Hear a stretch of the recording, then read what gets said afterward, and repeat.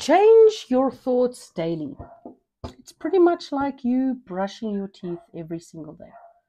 Thoughts needs to be renewed and needs to change over time. Otherwise, you're not really going nowhere. That is what we call perseverance work. Don't believe me? Well, go check out James 1 verse 4. The reality is, what's keeping you from everything that you want to manifest and create in your life is just that one negative thought.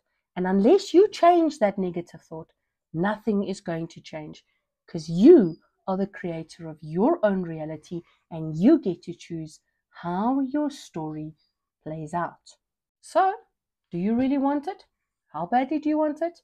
Go check out in my comment section. I got a really cool free resource for you that I do believe is going to help you to really get this out.